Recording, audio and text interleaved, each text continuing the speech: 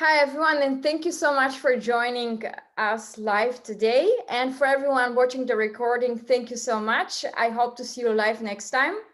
My name is Desi, and I'm going to be your host. I'm the Community and Events Manager at Carrus.io. And today with me here is your coach, Natalie Gray. Natalie, how are you? I am good. I'm good, Desi. Ready to go. Good. Okay, so today's topic is how to prepare for a career change or a new job in 2021-22.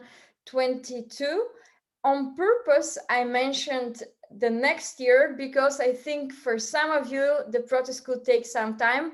And I believe that Natalie should share with you, well, basically all the best practices she's got and advice. Natalie, it's your turn. Great. Thank you. Thank you for the introduction.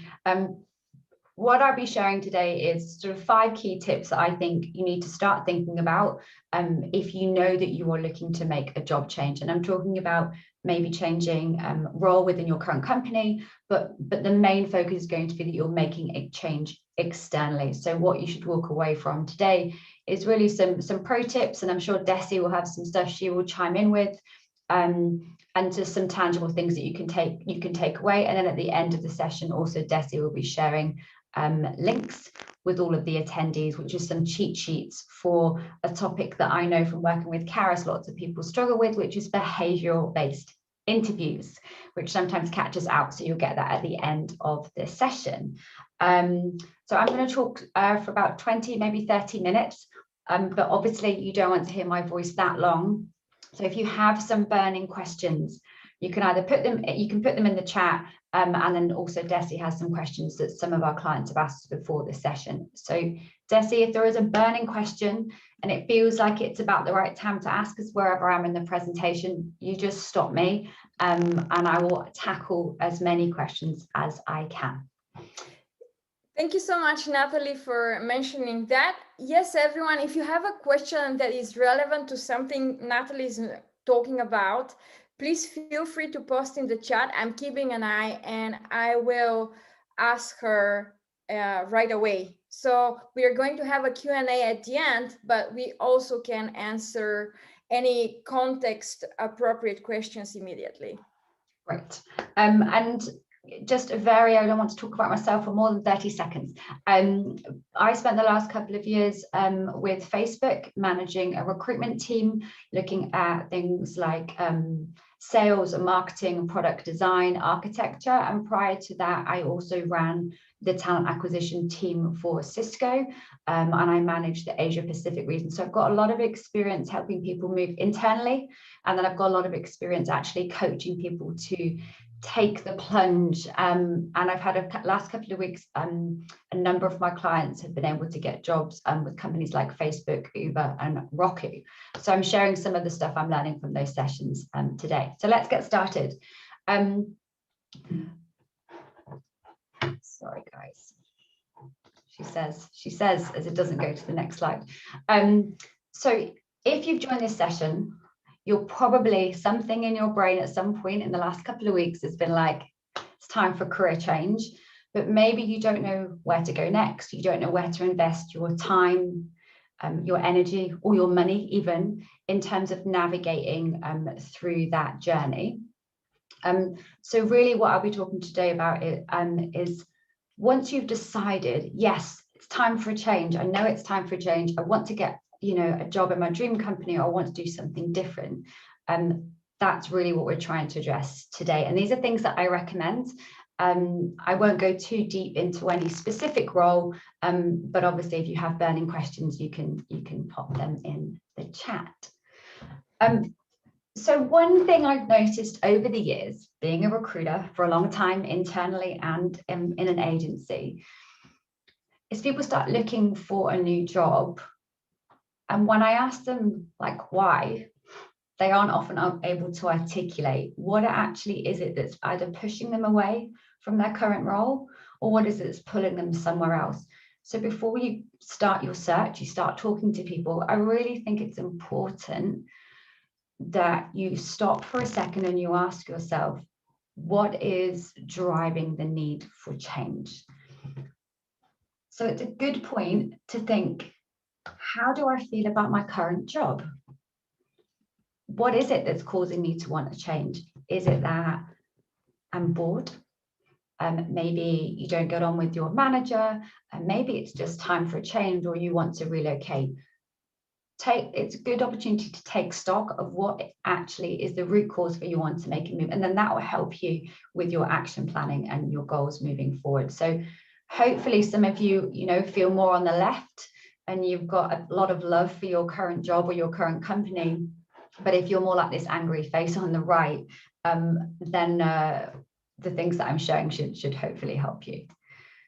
So a couple of things when I say why, some questions to ask yourself really simply is, do I feel motivated? When I get up in the morning, do I actually look forward to starting my day, whether that's going into the office or it's joining a Zoom call?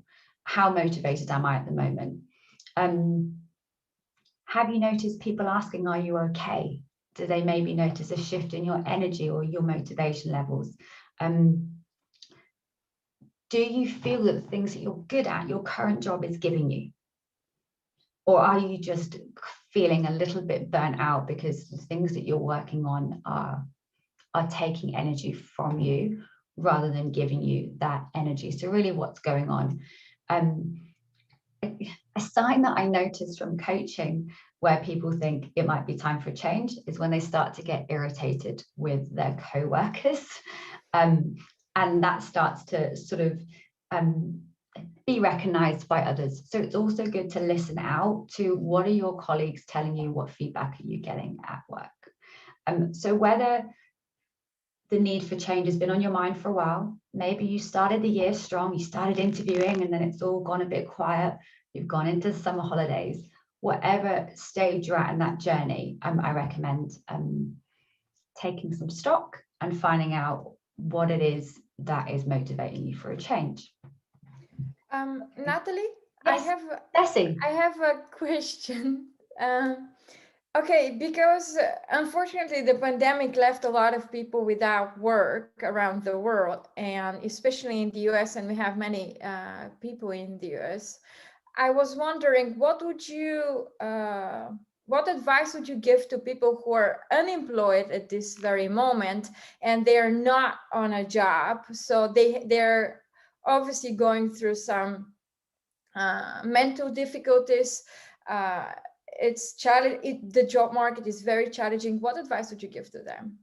Yeah, it's a really good point, Desi. So I think some of the questions you can still go back and apply and think about when you were in your role, how did you feel on a day-to-day basis? And maybe you flip the question slightly and you think about, when was I motivated? What work was it that I was doing? Was I happy in that job, or was I already deciding I wanted something different? Because sometimes obviously we're impacted by things around you, out of your control, but it's still good to think back to when you were in your last role. What was going on for you? Were you happy in that job, or were you sort of looking over the fence, so to speak, and hoping for the grass is greener? So maybe so you don't focus so much on what's making you feel you've got to be pushed out, but more about what would be pulling you towards another career. So it still goes back to your why, like why, and then we'll come on shortly to talk about what's important to you as well, which ties back into this sort of strategy for where you're trying to go. Thank you so much for answering that. Yeah. So research, just sounds really, really obvious, right? We all know we're supposed to do research when we're doing a job search. But for some people, maybe they haven't had to, I spoke to a client the other day and they hadn't had to interview in 12 years. And now all of a sudden they're in this situation, Desi, to your point, where they've had to find a new job. So whether you're the person that's never had to search for a job before, maybe you've been lucky, someone's always approached you and now you're in a different situation. It's good to take a little bit of time and start doing some research about what is actually happening in the market. If you've been out of the market for a while, you can get a little bit rusty. So even investing some hours on Glassdoor or Indeed, or there's lots of other sites out there, to think about what is happening in your industry, who is hiring. are there lots of roles out there? You know, I heard on the radio this morning, in certain parts of the UK, for example, in some sectors, people are posting jobs and not getting any applicants. You can't believe that, but that's what's happening. Whereas in other sectors, you might apply for a job along with 400 other people. And I've definitely posted jobs in the past, and we've had 400 applicants. So it's good to sort of know, like, what are you up against? What is happening in the market? And also not actually knowing what's going on and being clear about your value, it can catch you out later. It's much harder to go in and start negotiating really aggressively for a great offer when you weren't clear at the beginning about what you expected in terms of pay. So the more that you know about the market, the better conversation you can have when a recruiter calls you and asks you the question of, what's your current salary, or what are you looking for? So yeah, put you in good stead to hopefully negotiate a better offer when you do get a job offer. And guys, if there's any questions on this, again, please put in the chat, and Desi will stop and interrupt me if there's anything that comes up as we go. Yes, everyone, please do, because I actually have a question about the value. Is the next slide going to talk further about it? Because I do have a question. Sorry, a question about what, Desi? I missed that. The value, like determining your value. Determining your value. So there is a little bit more. Yes, next slide. So determining your value, again, depending on, have you been with the same company, for example, for 10 years and you're just seeing increments as you get promoted? That might not necessarily reflect what the market is paying. So I do think that it's good to start looking at lots of different jobs. In some parts of the US and in some parts of Asia, people do actually advertise with the cost, with the salary band. But there's also quite a lot of information out there about salary bands. Again, sites like Glassdoor and Indeed will give you some pointers. But it's also outside of that, Desi, isn't it, when you talk about what is your value? If you start looking on LinkedIn, for example, and maybe you would do a search on people doing a similar job to you in your target company, like, what else do they have? Have they been doing certifications? Are there certain courses that you notice people do in that area? Is there a skill that you have that you know none of your colleagues around you have, but you do the same job? So this is why it's good to start doing that research on what could you be paid, and then also what's the range. And on top of that, Desi, as well, it's looking at comparing benefits in different organizations as well. So even down to things like, what's the healthcare coverage that you get in one company versus another, might make you feel differently about saying, what is your value with that company? So don't assume you know how you are paid because your company has been telling you that you're well paid. I have seen a number of people struggle to move because they're at such a high rate, and they get frustrated because they weren't aware they were paid really well. But on the other hand, I've seen people come from different sectors outside of the sector I'm familiar with and have their salary doubled. And that's because they know they are underpaid because they've done their research. Does that answer your question, Desi? Yes, it did. Yeah, thank you so much. Perfect. I'll move on. I think as well, when you're doing the research, and it depends what you're looking for. If you have a list of companies that you really want to work for, then this is the time to start looking at their mission statement, their values.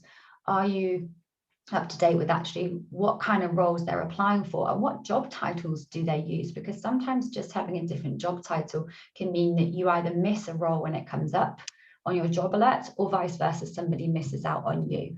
So it's quite helpful to look at, you know, who are the colleagues you've worked with that maybe have moved on? Have they moved on to something similar? And if so, what is their job title now? And are they doing any extra training, you know, investing in certifications and so on? So it's important to also look at, where are people hiring? Are you in the location at the moment where the market is really hot? because it depends. If relocation is on the cards, great. If relocation is not on the cards, then finding a job might just take that a little bit longer. And if you know what you're up against, it's much easier. And then if it takes that little bit longer, you're not so disappointed because you had a clear expectation in your mind. So it's a good point, a good time to start doing research and get really familiar with the companies you want to work with, or the sectors, and actually see what is happening in that space. Okay. So again, getting clear on your goals. I'm often surprised when I have coaching sessions or when I've been internal recruiting, when I say to people, what do you want? Or people that have reported to me, they say, I want a change. And when I say, what do you want? They cannot verbalize it.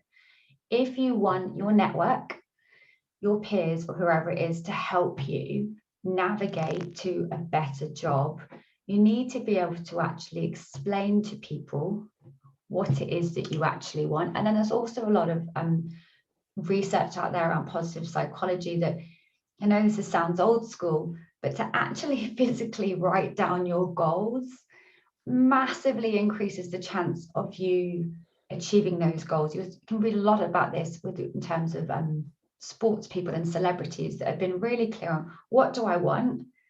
When do I actually want it? What would that bring me? And how quickly can I get there? And how determined am I to get there? So if you aren't able to verbalize exactly what you want, it's going to be very hard for others to understand how they can help you.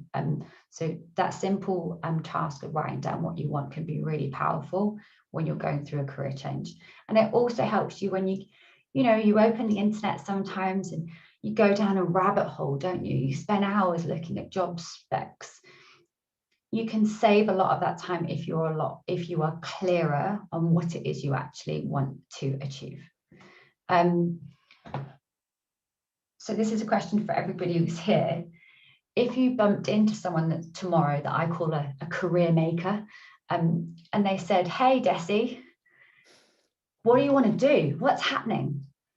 Are you able to tell them? Because if you bump into, let's say, an old boss, a mentor, an executive recruiter calls you out of the blue, or I don't know, somebody who heads up internal talent comes to you and says, what do you want from your career? If you can't succinctly explain to them what you want, why are they going to bother helping you? Very good point, Natalie. And everyone who is watching live, it would be great if we could learn more about you. So feel free to drop in the comments what it is that you want to do. Maybe right now you could be even braver than usual because this is the career maker and you could really go for something big. So let me know in the comments, it would be great, and I'll share with Natalie. And I just want to take another second to mention to everyone who is live, because we do have quite a few people live.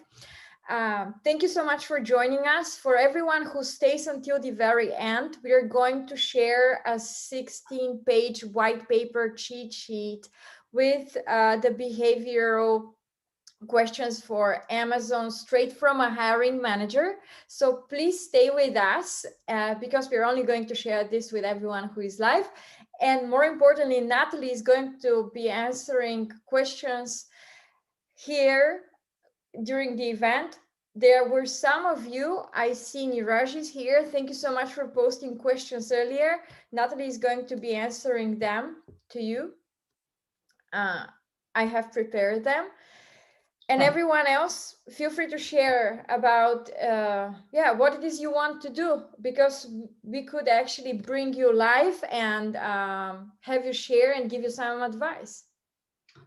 Yeah, thanks, Desi. Yeah, it definitely helps.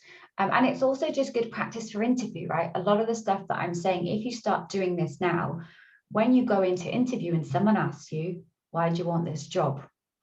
Why did you leave your last job? Why do you want to leave your current role?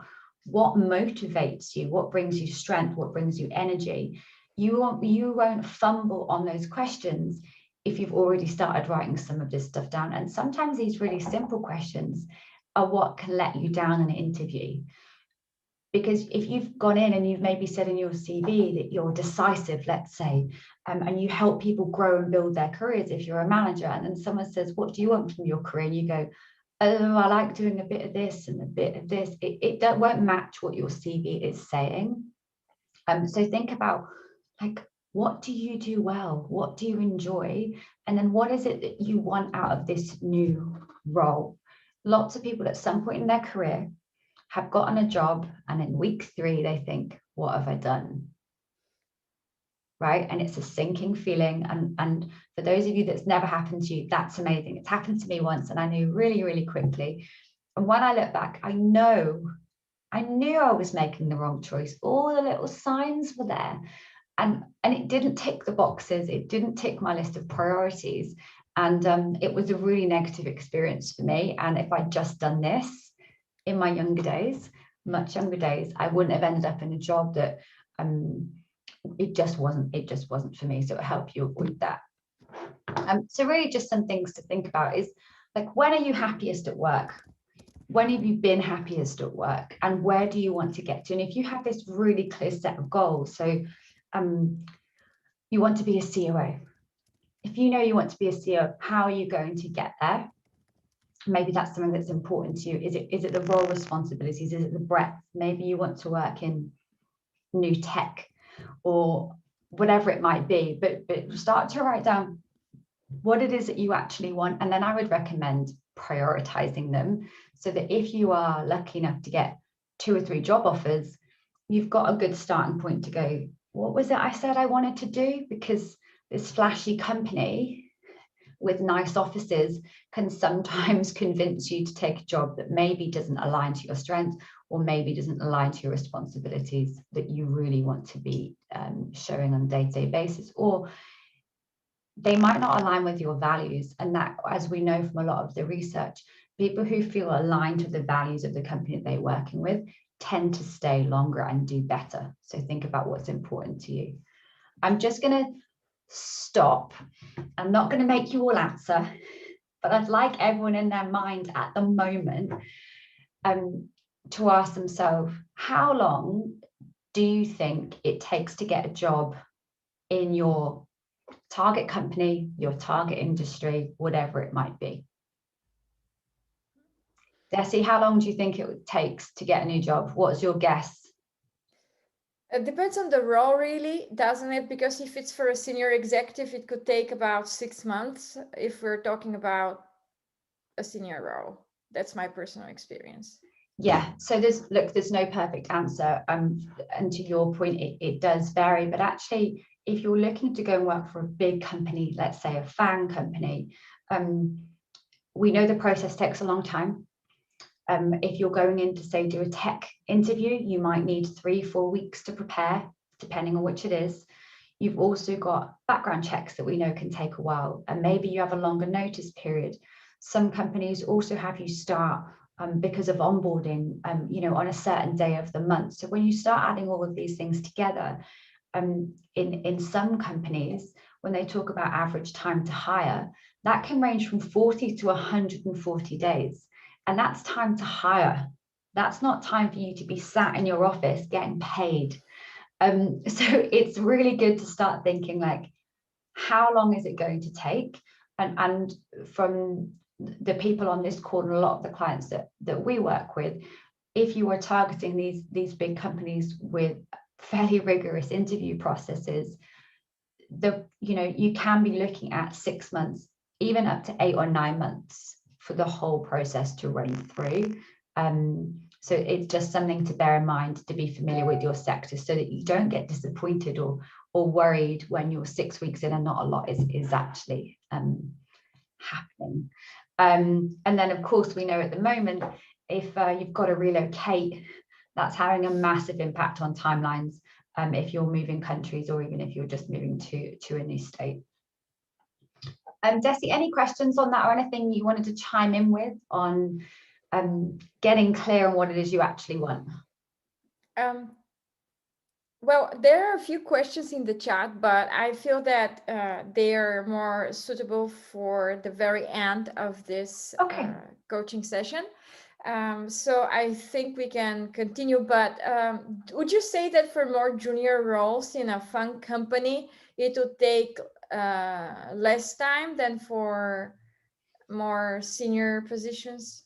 Yes, yeah. What you find for a lot of companies is that the teams that hire at, say, recent grad levels have a very streamlined, quite quick process, and they hire at certain times of year. So you can get people going in, and from the recruiter to starting could be 4 or 5 weeks if you get the right role. The higher up you go, the more interviews there are, which typically means it's a more complex process, and also it takes companies a longer time to find those 4 or 5 quality candidates. So a lot of the timeline can be out of your control, particularly as you get into more senior leadership roles. Thank you. Yeah, so don't worry, everybody. I'm not saying it's going to take 6 to 8 months, but it's just good to have that idea of what do you think that it will take. And obviously in some countries, time to hire does take a lot longer than other countries. Okay. So on to point 4, which is the one that we typically get the most questions about, don't we, Desi, which is your brand. Your brand, your brand, your brand. And you can do all this other stuff, right? You can have a clear goal, you can, know what you want, you can have done all your research.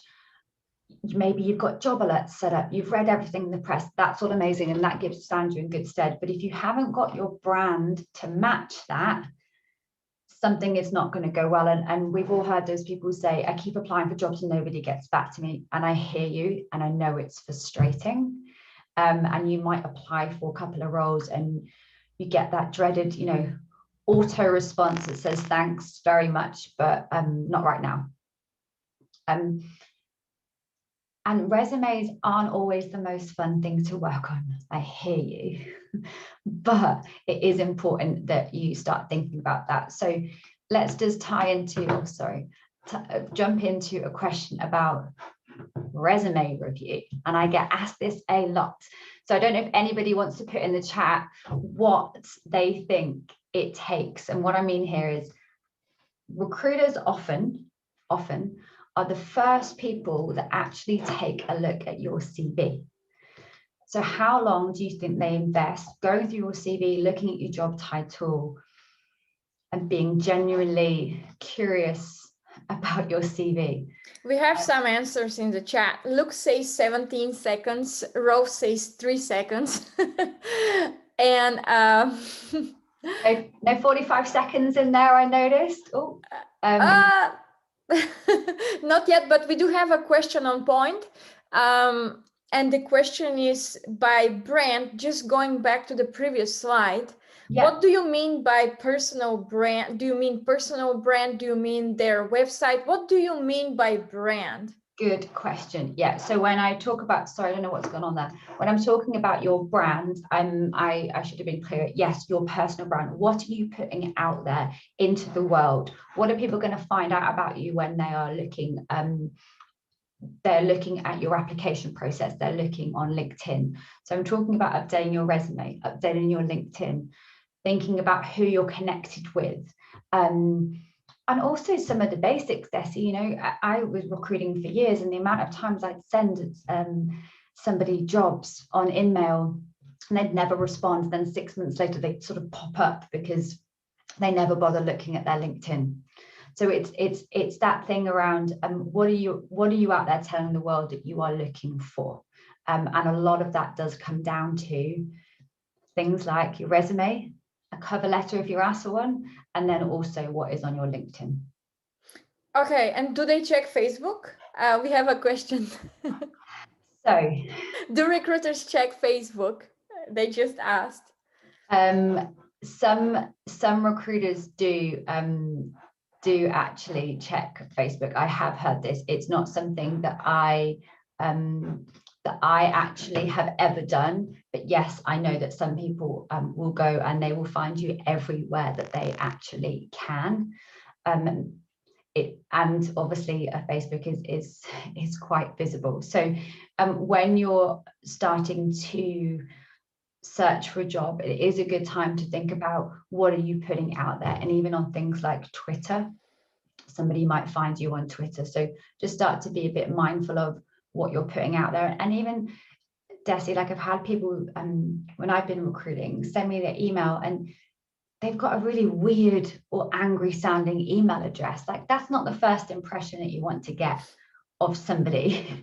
You want to be putting out there what it is you are good at, and making sure that it actually aligns to the companies that you are, you are looking at. So if you're trying to, maybe you're a creative and you're trying to get into a really cool startup, how you go about working on your brand might be quite different if you're maybe trying to find a job in government, for example. So think about, what does your brand reflect about you, and does it actually align to the companies that you're targeting? I hope that answers that question. Yeah, it does. And just one advice, I'm not a recruiter, but as a senior executive, I've been a hiring manager quite a few times, and you should know that the hiring managers like Googling people, especially if you make it to the latest stages. So Google yourself and ask your friends even to Google yourself from different locations.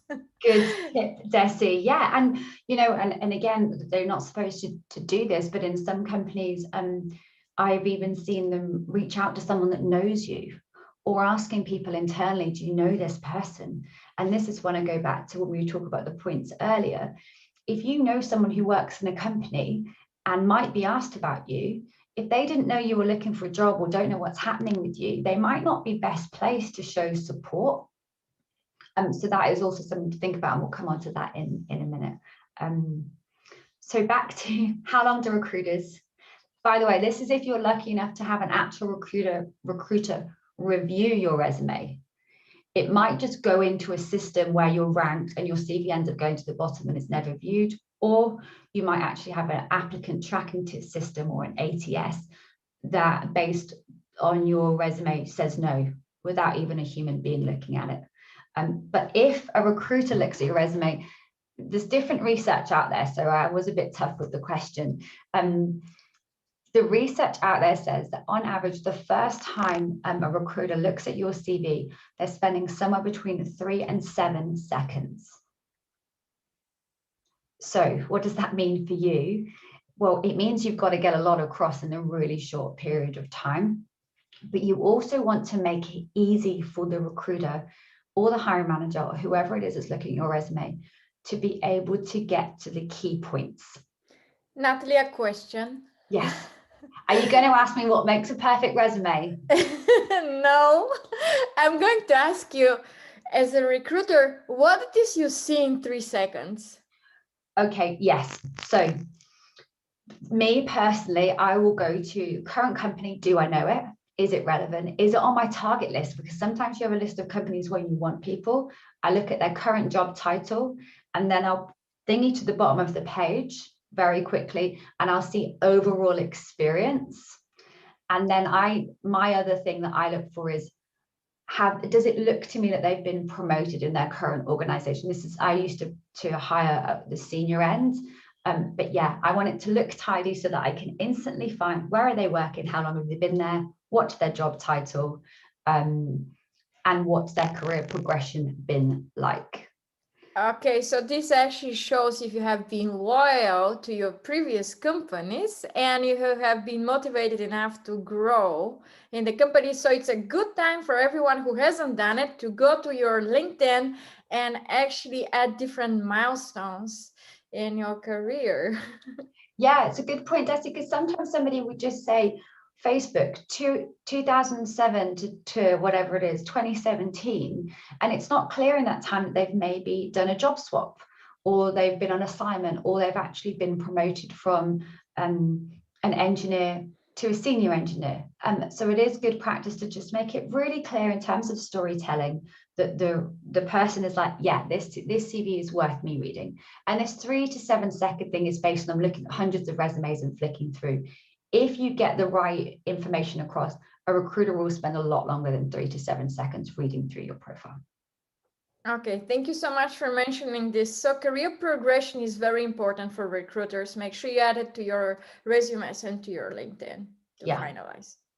And I think the other piece there is, does your CV actually translate to the audience that you're targeting? And maybe you aren't targeting specific companies, maybe you're just looking for a certain type of role in a certain area. But what I find is that for some people's CVs, if you've worked in the same company for 10 years, so I worked for a company for 7 years, and I used to say I got Cisco-fied because I used to speak in Cisco speak, because that's what you do on a day-to-day basis. So watch out for things like acronyms or terminology that makes sense in your company, but nobody else knows what you're talking about, and it's in bold.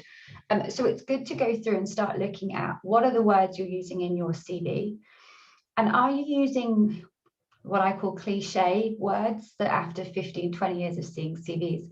So hardworking team player, that doesn't help me. It doesn't really tell me anything. That's my opinion. So you want to have impactful words in your resume that translate to the industry. Desi, do you have a question? I actually, yeah, Tell you're me. reading my mind. I was wondering, could you give an example of what should they actually say instead of a hardworking, talented Yes. individual? Yes. So when you're in tech, this is actually a little bit easier because you can talk about specific technologies that you've worked on. But really what I think people are looking for is what is actually genuinely unique about you that helps you get your job done. So maybe, for example, you have had the opportunity to collaborate on international projects.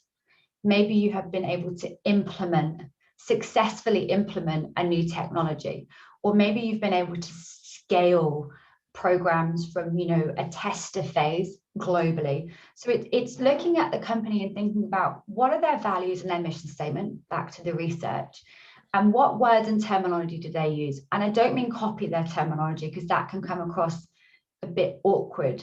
But if the companies you're targeting, for example, are more quality focused, then you want to look at words like improved, formulated. And if you're working for a company maybe that is all about ideas and collaboration, sometimes somebody will say, I helped somebody do XYZ. Did you help them, or did you partner? Did you collaborate? What are you actually able to demonstrate? So words like implemented, scaled, impact, generated are much more helpful than I am responsible for. Because I am responsible for doesn't say you've achieved any of those things. It's using language that says, I have achieved, I have successfully done X, Y, and Z. So sometimes I'm surprised. I will speak to brilliant people who've had brilliant careers, and their resume is full of grammatical errors, absolutely full. The sentences don't read very well, or their biggest achievement is like bullet point 10. If you've worked on a massive program, let's say for 2 years, it's been rolled out globally, get that at the beginning of your CV. Don't have it sort of hidden at the end. So that's the things I'm talking about with regards to look at your CV. Get lots of people to look at your CV and ask them specifically to look for mistakes, but also ask them if they've got recommendations on improving the flow of your resume, and ask them if they think that it shows the impact that you have made in your current job. Thank you, Natalie. This is very good advice. Any tips about beating the machine? As in, clearly they should be using specific keywords, right? That's what I understand. Yes. Now, you don't need to write the same keyword 10 times. That's not going to help you. So the challenge when you sometimes try and beat the system is that you can end up having a CV which is just a bit flat. I'm not talking about removing all your personal stuff, volunteering work that you do, things that you do outside work. You can keep all that. But if you are familiar with the language that companies are talking, it is important that you start to reflect some of that language. And it doesn't need to be the exact word. It can maybe be a synonym related to that, because the system is smart enough to look at those sorts of things. But yeah, if you're looking and you're in 10 10 job specs, have a look at the words that they have used, particularly around what the next role will be, what are you responsible for, and try and use some of those keywords. And obviously if it's tech, you can list them maybe all at the end together, so that if you've used lots of different systems or lots of different tools, you know, been involved in lots of different applications, you can maybe write them at the end so that they're found in the ATS. Okay, thank you so much. The other thing is recruiters, you know, obviously rely on you applying for jobs. They love referrals, they love internal movement, but they do actually spend hours and hours, Desi, searching their current candidates, the candidates that are on their system. And I have personally hired loads of people that way. But the only way a recruiter can find you is if you are using the same words that they are using. And I give you an example of this. So I used to do a lot of work in D&I, and I would write D&I. Really, you want to be saying diversity and inclusion. Be really clear about the language that you're using. Any other questions that came in on that, Desi? There's typically perfect resume questions are the popular ones. Yeah, no questions on the resumes at this point. I think you gave solid advice to everyone. And of course, they can also come to Carrus and get there. We have some packages that you can request. And Natalie, for example, she can review your resumes. Yeah, having somebody have a look at some of your resume and your LinkedIn can be quite helpful. And look, expand your network. I'm not going to go and spend a lot of time on this, but it's a good opportunity whether you're moving internal, external, this year, next year. Like, have you spoken to your old boss lately? What about someone who used to mentor you or coach you, or maybe someone who's been your internal sponsor, the person that does your job in another region? We've been in lockdown for ages. Have you been to maybe a virtual networking event? It's just a really good time to actually challenge yourself, maybe to get out of your comfort zone and start expanding your network. So I'm going to move on to point 5. And point 5 is another big one, like working on your brand, working on what I call your stories is super, super important. The earlier that you start working on what I call your stories, your work stories, the easier your interview process will be. And when I say stories, what I'm talking about is a starting point when you write down what are all the things you have actually achieved in your career, with a focus on the last couple of years, if you've been in the industry 10, 15 years. So start writing down, what have you achieved? Also start looking at, like, sometimes I ask people, what are you good at? And they struggle with this question. What are you good at? And going through your old performance notes, looking at peer review, maybe going and finding old personality tests that you did when you were like, yeah, that is me. That is what I'm good at. It's good to start looking at some of these things because they will help you tell your stories. And a nice example of stories I'm talking about, for example, is what is something that you learned during your career that made your life easier? So we often have those moments where something goes a bit wrong at work and you never do it again, right? They're good questions to prepare for, because you'll find the question of, tell me about a time you faced failure, or a version of that will come up, particularly in FANG organizations. It might be, tell me about a time things didn't go as well as you had planned. Tell me about a lesson you've learned. So it's good to go back and look at those things. Start to be really clear with your stories. And when I say stories, I mean things that you've achieved that you hope you'd get an opportunity to talk about in an interview. A piece of work, an efficiency that you've driven, maybe a change in how you lead teams and how you inspire others. They're the stories I'm talking about. But it's also quite important to think about, what did you do versus what did the team do? Because as an interviewer, I'm often having to interrupt people and say, I just want to be clear. Did you do this, or were you part of a team? Because you're using the term I and we, and I can't keep up. So think about, what did you actually do? And then what did the whole team come together to do collectively? And sometimes people say to me, how many stories do I need? It sort of depends. if you're maybe a program manager and you work on the same project for 2 or 3 years at a time, you might have less stories, but you might be able to create examples within that story. But I would say you want somewhere between 5 and 10 pieces of work that you know that you can talk about in some detail. Because the other thing is that some interviewers are trained to pick apart your answers. They will go deep and they will say, how did you measure success? What could you have done differently? What obstacles did you face? And if you do not know your stories inside out, that can be quite awkward in an interview process. And I know that I've had poor people who I've caught out when I've said, and how did you measure that? And they're just like, oh, it wasn't. And you're like, okay, so you didn't manage that project. So something to think about. And, you know, as you talk about these stories, it's really important to talk about what was the outcome. This is the biggest thing when I'm doing career coaching. I call it my so what. And I say to people, so what? And they go, what do you mean, Natalie? I'm like, what was the outcome? Who did you help? You've implemented this lovely shiny project, but who cares? Did it drive efficiency? Did it save money? Did it help your peers by not having to do a really boring admin task? Did you get an award for it? Like, what did you set out to do? But then, like, what did you actually achieve? So being ready with qualitative and quantitative is the number one thing that I get frustrated about as an interviewer. Natalie? Yes. Sorry for interrupting you. Just want to say that I think it's on point right here.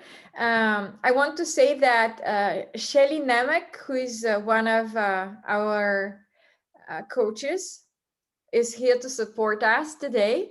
And hi, Shelly, thank you so much for joining us.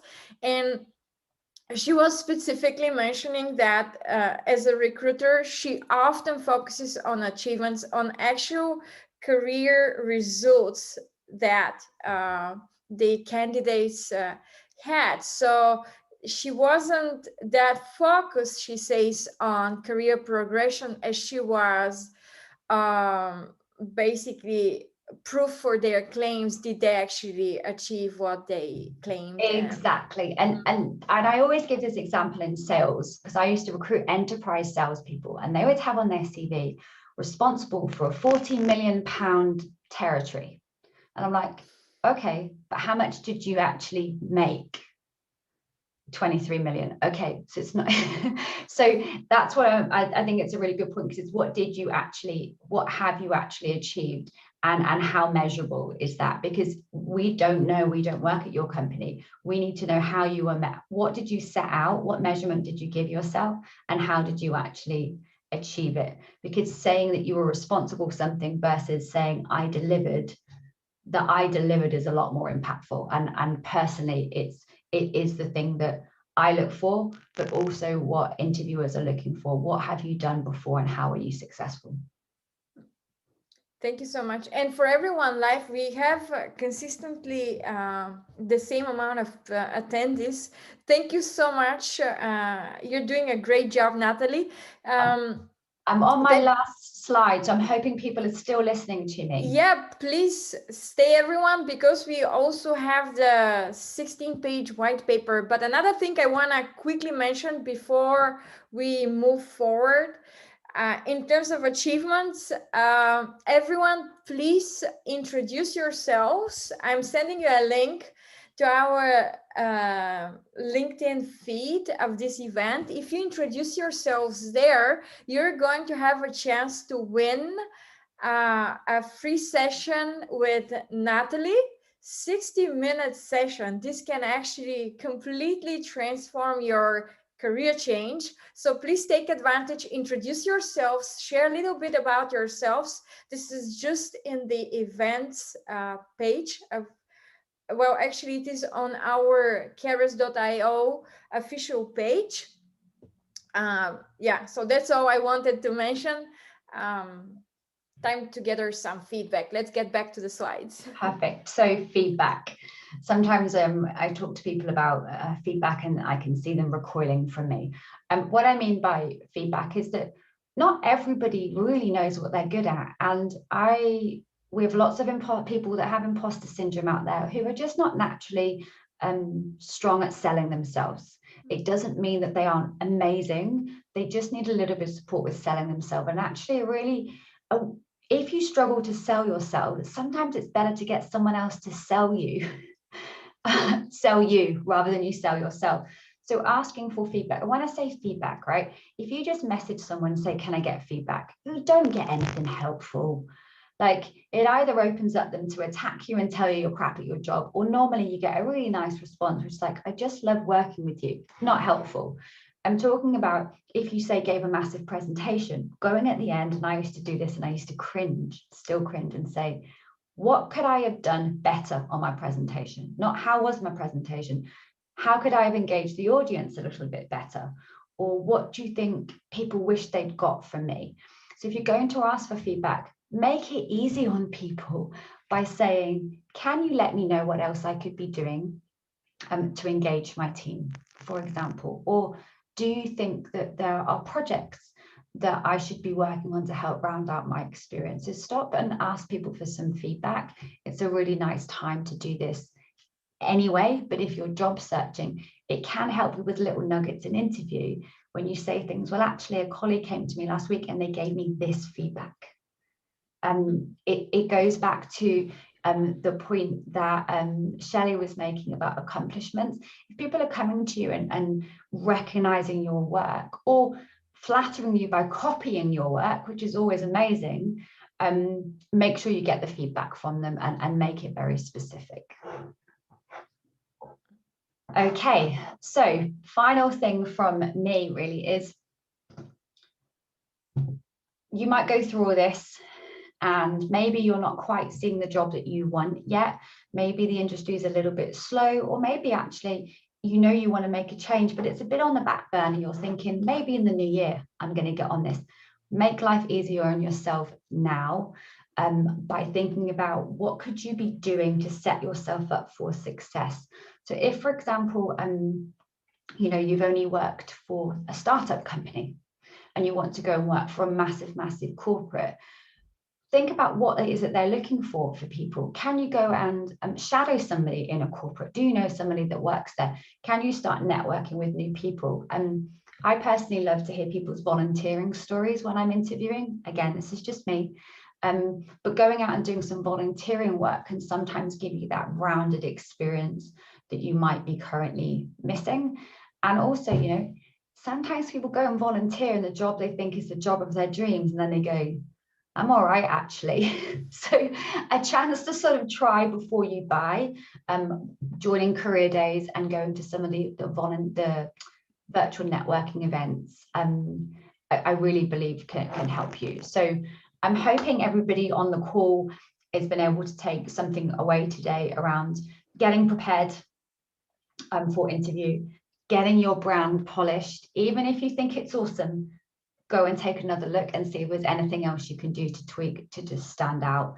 And then I suppose finally from me, I know it can be hard to keep the momentum up, particularly if you're applying for jobs and you haven't heard back, or you know, you're that person that keeps getting to the final 2 candidates and the business tell you they love you, but they've gone with someone else. Try not to be disheartened. Keep going back with your plan, and you know, it is hard to get jobs with some of the companies that some of you want to work with, and it does take a little bit of time. So do not be disheartened if it doesn't work the first time. I know Misha posted something, Desi, with someone recently. It was their 8th attempt they got a job with Amazon. And I thought, wow, good for them to keep going and having the right conversation. So yeah, don't get disheartened, and we are here for you if you get stuck. I just noticed a question come in, Desi. Someone's posted about putting your photo on your CV. And I know in some countries you are asked for it, and in some countries it is preferred. I am not a fan at all of people adding their picture to their resume. So if you're not specifically asked for it, my recommendation is that you don't include it. And in fact, in some companies in the UK, where I'm based, because of rules around inclusion and diversity, companies remove your photo. And in fact, sometimes even they will remove names to avoid any bias in the interview process. So if you're asked for it, keep it. But if not, my recommendation is you do not put your photo on your CV. It takes up valuable real estate, if nothing else. So I Thank you hope so that answers much. your question. Yeah, I saw this question as well. I wanted to save it for the end, but eagle eyes. You see, she just demonstrated. Every recruiter's got eagle eyes. She noticed that, and you know, you got the answer. So this is really valuable information. I haven't really thought about the pictures that way, mainly because we can see so many. I mean, working with digital professionals, we can see so many photos of them online. Like I said, I like to Google people. But also, do you have any, like, what about Facebook? How they feel in particular, or do you know about any other fan companies?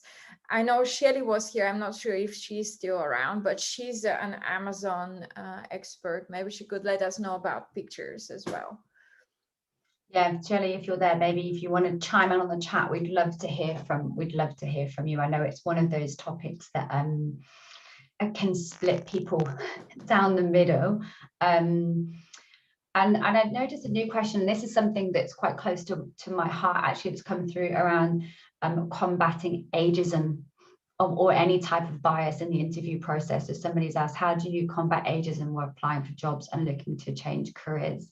I've personally spent years putting in processes to try and improve how companies avoid bias. So if, for example, you've been in the industry for, say, I don't know, 15, 20 years, one of the things that can sometimes make it people be put off more, seasoned and senior candidates is they assume that you're overqualified. They will write you off. The other thing is that sometimes if somebody's been in the industry for a long time, their CV becomes huge. And when you put the date that you went to university, that's another card. So you don't have to list every single job that you've ever done. If you're worried that you're not getting through the process because of age, and maybe that's because you're making a change or you had a break or whatever it is, sometimes getting rid of a bit of that old experience or just summarizing it in one line means that the eye isn't drawn to 3 pages of experience. So that is something to think about. And then also making sure the job title that maybe you had 10, 15 years ago might not translate now. So you might just need to make some tweaks to your resume as well to sort of show that you're aligned with the industry. And then it becomes even probably more important with potential age discrimination, to be talking about your accomplishments recently, focus on your current job, and then any other learning and development you've done outside of work recently. Don't include stuff that you did 15, 20 years ago if you're worried about being, not getting through the process because of age. I'm hoping I gave enough information to answer that question for the individual. Thank you so much. And now let's have a look at one of the first questions, which comes from a student, and it's about fund companies. So you've been at Facebook for some time. What about younger people who are graduating in, let's say, 6 months and they need to prepare for jobs? How was Facebook hiring younger people? Were you involved in anything like that? I wasn't at Facebook. In my previous job, yes, we had a number of programs that I was responsible for, what we call early in career talent, because actually some companies go in and have a very structured, the fan companies all have a very structured process where they go into universities very early, targeted university searches, and they hire all the grads at once. It's a very structured process, is the only way to explain it. And it's a big, huge machine. And they get hundreds and hundreds and hundreds of graduates applying for each job. Also, for other companies, they might say graduate, but actually when you start reading the job spec, you're like, that doesn't sound like a brand new recent graduate. Sometimes they'll say graduate and they actually mean that you've left university or school and you have 2 to 3 years experience. So it's important to look out for the career days and make sure you sign up for all those alerts. A lot of also those fan companies do virtual career days as well. You can go along and you can ask questions of the university recruiting team. But you also need to start thinking of how do you round out from having education to doing something else. So this could be the time again where you think about doing some volunteering work, maybe seeing if you can shadow people, getting part-time roles. These things all help sort of bump up your resume when you're just graduating. But if you miss the boat on the times for graduate schemes, it's another year before you can get into those again. So you do need to be quite close to timing that right. And in terms of confidence building, if you've not really had to interview before, I'd recommend just getting a group of you together and practice standing up and talking about what you've achieved, because the more you are used to selling yourself to people, the easier it's going to be when you go through a fairly rigorous interview process. So start practicing. Thank you so much. And I do have a few questions from our community that I received in advance. First one, it's one of my favorite. How do I get a job in a company where I have no referrals? Yes. So look, I'm not going to lie and say that I love referrals. I have spent many years begging companies to refer people. And in some companies, referrals can make up 30, 40, or even 50% of the people hired. A referral is a great way to get into a company. However, it doesn't mean it's the be all and end all. There are still tens of thousands of people being hired into top companies who simply applied for a job. So if you do not know anyone at all in the company, you can't find anyone that knows anyone, you can still apply for jobs directly. But if you are going to that, be very selective, because if a recruiter goes in and sees you've just applied for like 20 jobs and they're all a bit different, they just don't want to, unfortunately, they won't want to talk to you. So be selective on the roles that you apply for. If you see a recruiter posting a role, maybe you're connected with them or someone through them, you can also contact them directly. And you can start growing out your network, because the more people you're starting to connect to, hopefully at some point you will get to the stage where somebody can refer you. But yes, I know that it's a great way to get into companies, but believe me, it is not the only way. Applying directly still works for many people.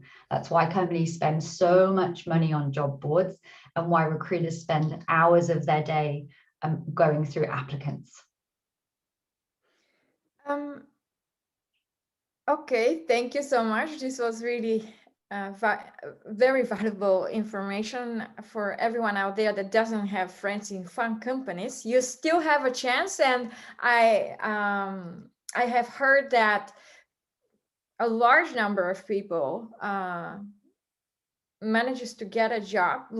Didn't you mention, Natalie, that a larger amount of people gets jobs without a referral than with a referral? It's big. So depending on the company, it does represent quite a large percentage of actual hires. I think people often assume basically no one gets hired that way. And I've even heard recruiters say that. And when I've pulled the data myself, I'm like in some companies, it can be something like 1 in 4, even 1 in 5, depending on the role and the location. But it often is sort of ignored as because people hear the stories of people applying for jobs and just getting a no thank you email.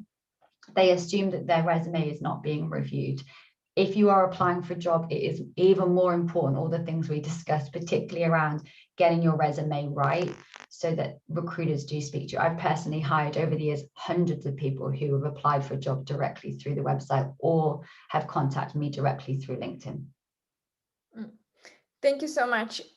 We have more questions. Please stay with us live. I'm actually going to share with you a couple of links, but for everyone that is going to watch the recording, I'm going to end it right now. So everyone live, please stay with us. And for everyone who watches the recording, thank you so much. I hope to see you live in the next event. Natalie, any final words for the people that will watch the recording? Yes, well, I'm hoping that you do get a chance to watch the recording. And I think if these topics are of interest to you, please keep an eye out for Desi's updates, because you will have more of these coming. But also, if you go onto the Carrus site, myself and a lot of the other coaches have created content that you can read on there that give you some tips. And Misha also is always sharing some fun stuff on LinkedIn. So follow us on channels and watch out for future webinars. Yeah, Misha is the founder of Carrus. You should check out carrus.io to learn more. And likely, if you're watching the recording, you're already there. There are some fun blog posts from him on the website as well. So I'm stopping the recording. And for everyone live, I have some gifts for you, and we have a few more questions to answer. Okay.